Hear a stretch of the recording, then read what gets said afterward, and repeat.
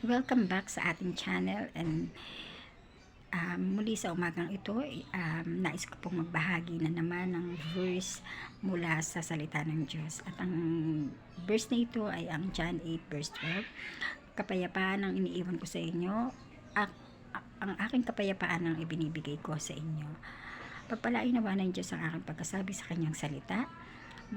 At muli, nais ko pong ipaunawa sa inyo kung ano ang revelation ng word of God na ito sa ating buhay. Tunay nga po na kung tayo po ay titingin sa ating paligid at sa ating mga nararanasan sa mundong ginagalawan natin, nakikita po natin ang iba't ibang kahirapan, pagsubok, mga bagay na hindi natin maunawaan minsan kung ba't nangyayari. Pero tandaan po natin, kahit hindi po natin maunawaan ang isang bagay kung bakit nangyayari, tandaan po natin na ito ay nakaayon sa plano at kalooban ng Panginoong Diyos. Dahil alam po natin na ang mga plano po ng Panginoon ay hindi lamang sa nakaayon sa mabuting nangyayari, kundi nakaayon din po sa mga bagay na masamang nangyayari.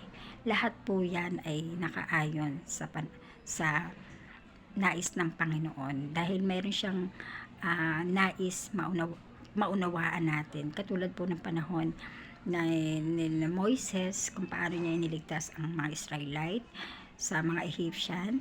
Nakita po natin kung gaano yung mga masamang nararanasan ng mga Israelita, at kung paano naman ng Diyos inililigtas ang Israelite sa pamamagitan ng buhay ni Moises.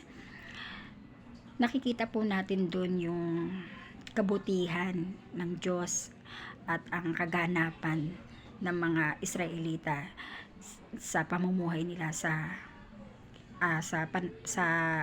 ilalim ng mga Egyptian na namumuna sa kanila. Nakikita po natin na ganun din po yung nangyayari sa panahon natin ngayon.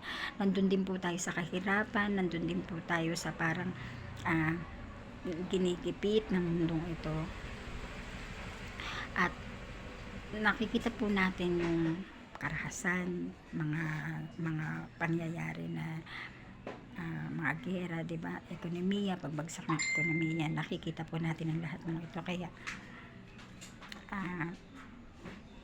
huwag po natin isipin na ang lahat ng ito ay isang worst thing. Bagamat alam natin na ang kalooban ng Diyos ay kapayapaan, kaligtasan, pero may bahagi din po ito sa plano ng Panginoon.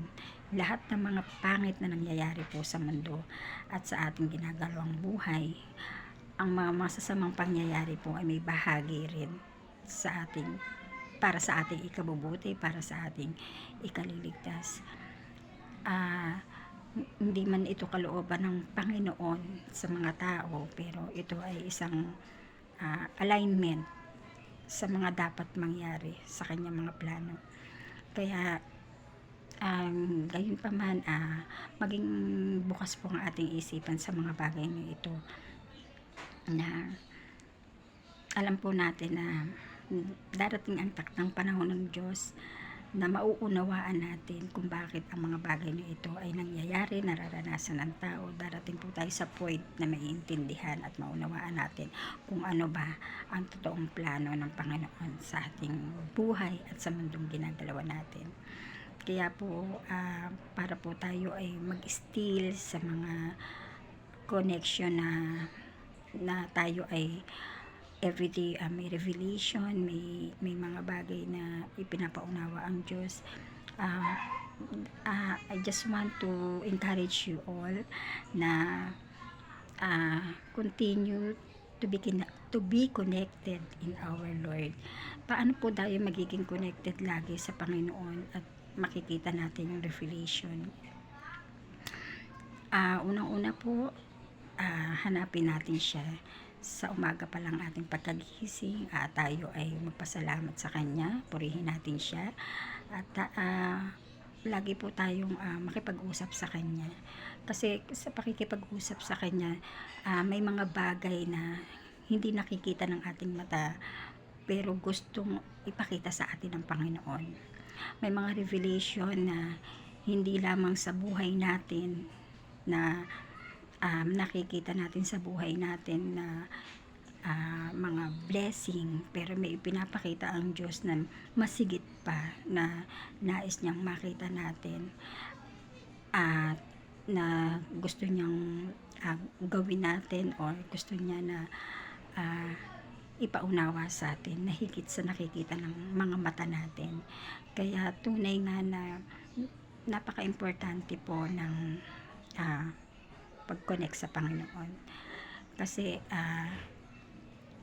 tunay po na kung tayo po ay truly connected sa Lord, ng ano po yun na mga revelation niya kila Noah, kila Moises, kila Abraham, mga promises of God at yung mga pinagawa sa kanila, pinakita sa kanila ng Panginoon, makikita rin po natin at mauunawaan natin.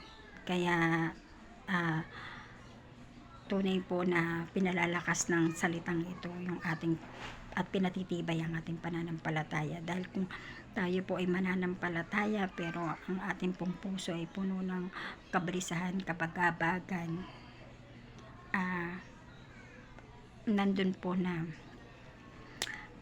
nagiging struggle po natin ito sa ating pagtitiwala sa magagawa ng Diyos. Kaya katulad po ni David, siya po ay nakipaglaban kay Goliath ng buong kalakasan at kapangyarihan, na ang pinagmamalaki lamang niya ay ang pananampalataya niya na may magagawa ang Diyos.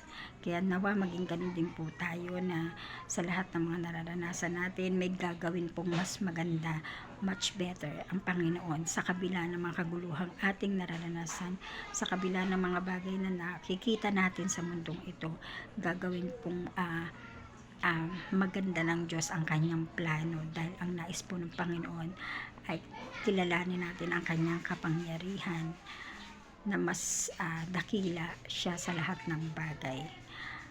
At nawa sa oras na ito, ako po ay nakapag-iwan na naman sa inyo ng isang salitang makapagbibigay sa inyo ng kapanatagan sa inyong puso sa kabila ng ating mga chaos na nararanasan sa mundong ito. Maraming salamat po muli, at maraming salamat po sa mga nakinig at nakakapanood ng channel na ito. Ang tangi ko pong laging ibinibigay sa inyo ay pagpalain po kayo lagi ng ating Diyos, at ang lahat po ng kapurihan ay sa Kanya lamang. Salamat po.